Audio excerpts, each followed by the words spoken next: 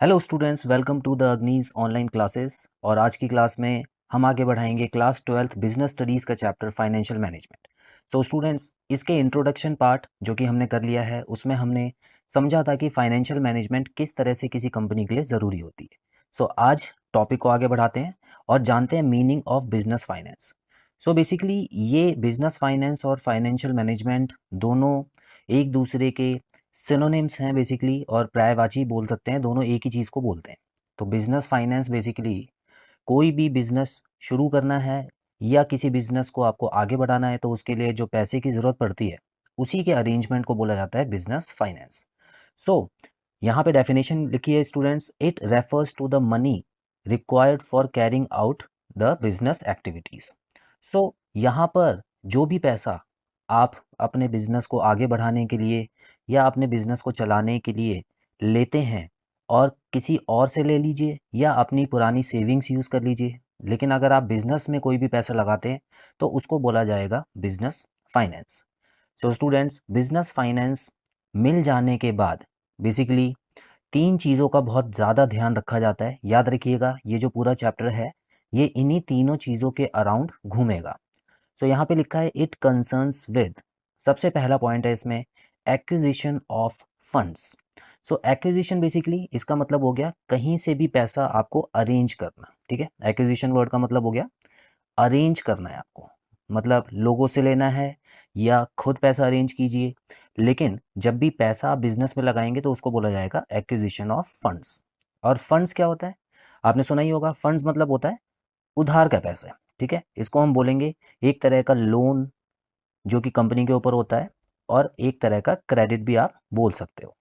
तो बेसिकली भले ही मालिक का पैसा क्यों ना हो, आपने अकाउंट्स में पढ़ा होगा कि मालिक अगर अपने बिजनेस में पैसा लगाता है स्टूडेंट्स, तो बिजनेस जो है उसको एक एज अ लोन या क्रेडिट समझ के ही चलता है।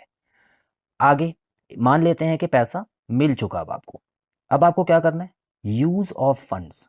तो उस पैसे को सही से इस्तेमाल करना है। देखिए, सिर्फ पैसा कमा के या पैसे का अरेंजमेंट करके कोई बिजनेस आगे नहीं बढ़ सकता।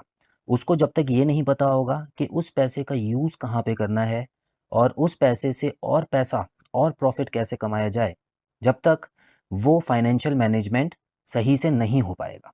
So students, use of funds basically आपको पैसे को यूज़ कहाँ पे करना है। देखिए, आप एसेट्स में यूज़ कर सकते हैं इसको, आप कंपनी के और भी जो वर्किंग कैपिटल होती है, बेसिकली वर्किंग कैपिटल जो बिजनेस का मेन काम होता है उसमें जो आपने पैसा लगाया है उसमें यूज़ कर सकते हैं।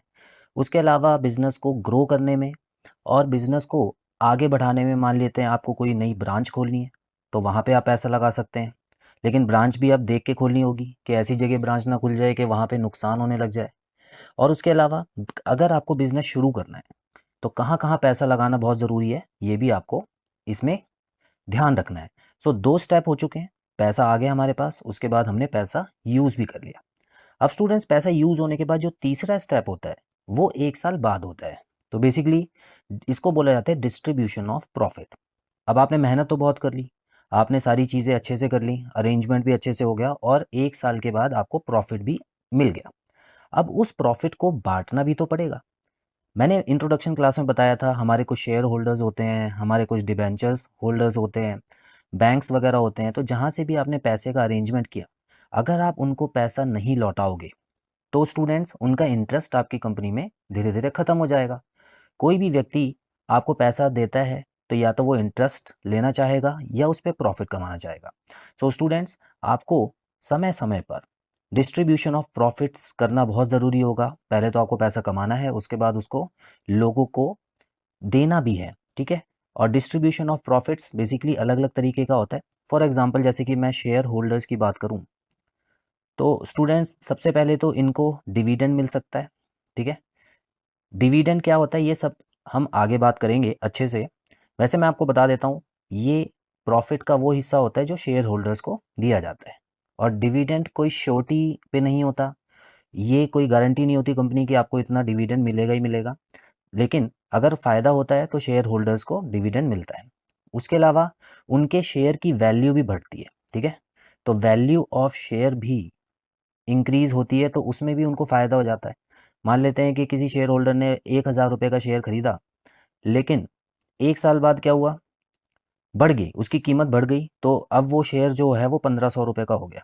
ठीक है, अब ये बढ़ती कम होती कैसे है, इसके लिए आपको शेयर मार्केट का पूरा जो है वो हम आगे की क्लासेस में बताएंगे जब वो चैप्टर शुरू होगा। तो बेसिकली ये डिमांड के ऊपर निर्भर करता है, अगर इसका शेयर ज़्यादा डिमांड में होगा तो इसकी कीमत बढ़ जाएगी। तो स्टूडेंट्स यहाँ पर आप देख सकते हैं, एक तो 500 रुपीज़ का प्रॉफिट यहाँ पे हो गया, उसके अलावा डिविडेंड कंपनी अलग से देती है। ठीक है, साल में दे देगी या हर क्वार्टर में डिविडेंड देती है, वो उसके ऊपर डिपेंड करता है। डिविडेंड हर शेयर के ऊपर आपको कुछ परसेंट का मिलता है, जैसे कुछ कंपनी 5% का दे देती हैं, कुछ कंपनी 2% का डिविडेंड देती है, वो कंपनी पे डिपेंड करता है। सो स्टूडेंट्स ये शेयर होल्डर का हो गया। अच्छा, डिबेंचर होल्डर को क्या मिलता है? डिबेंचर होल्डर के बारे में मैंने आपको बताया था कि इनको शेयर्स नहीं मिलते हैं। ये जो डिबेंचर होल्डर्स होते हैं स्टूडेंट्स, ये उधार पे पैसा देते हैं कंपनी को।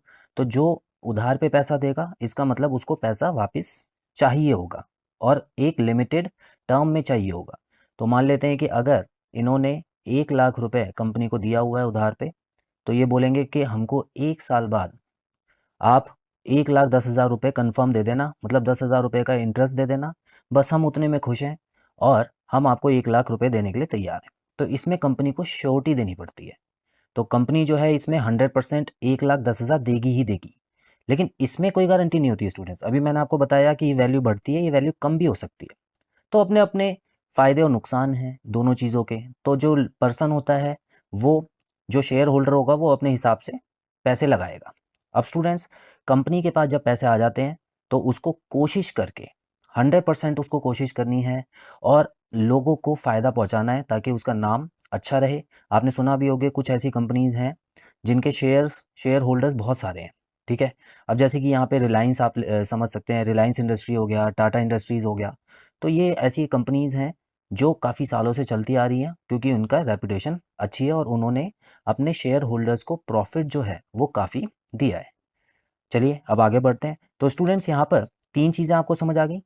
आपको पैसा तो लेना ही है, उसके अलावा उसको अच्छे से यूज़ करना है ताकि आप प्रॉफिट कमा सकें, और एक बार जब आपको प्रॉफिट मिल जाए उसके बाद आपको प्रॉफिट डिस्ट्रीब्यूट भी करना है। तो ये 3 स्टेप हैं जो कि बिजनेस फाइनेंस और फाइनेंशियल मैनेजमेंट में आपको समझने हैं। ठीक है, सो स्टूडेंट्स अब नया टॉपिक शुरू हो रहा है, ये है need for business finance.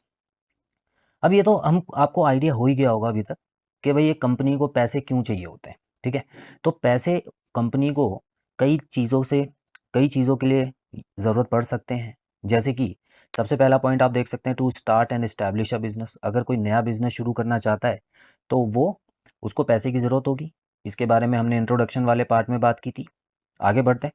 To run day to day activities of business like payment for raw material salaries. तो अपना जो दिन प्रतिदिन का जो भी खर्चा होता है वो भी देना होता है उसमें। जैसे कि कच्चा सामान खरीदा है, सैलरीज देनी है अगर, तो इन सब के लिए स्टूडेंट्स पैसे की ज़रूरत पड़ती है और वो जो पैसा है वो बिजनेस फाइनेंस कहलाता है। तीसरा है to modernise expand and diversify the business. तो अगर आप अपने बिजनेस में मॉडर्नाइजेशन करना चाहते हैं, जैसे कि आप देख सकते हैं स्टूडेंट्स, ज़्यादातर टेक वाली जो कंपनीज होती है, टेक्नोलॉजी से रिलेटेड जो भी कंपनीज होती हैं, उसमें आप देखेंगे कि ज़्यादातर टेक्नोलॉजी बदलती रहती है। ठीक है, तो उनको पैसा खर्च करना होता है रिसर्च एंड डेवलपमेंट पे, बहुत ज़्यादा पैसा लगाते हैं वो लोग। तो रिसर्च और डेवलपमेंट करेंगे तभी उनको ये पता लगेगा कि कौन सी टेक्नोलॉजी नई है और कौन सी टेक्नोलॉजी से हमको पुराना समझ के उसको हटाना है। उसके अलावा एक्सपेंड करना है, बढ़ाना है, अगर आपको कोई ब्रांच नहीं खोलनी है तो उसके लिए भी। और डाइवर्सिफाई, बेसिकली अगर आप अपने प्रोडक्ट, आप एक प्रोडक्ट अभी तक बना रहे थे लेकिन अब आप चाहते हैं कि दूसरा प्रोडक्ट भी बनाएं, तो उसको डाइवर्सिफिकेशन बोलते हैं।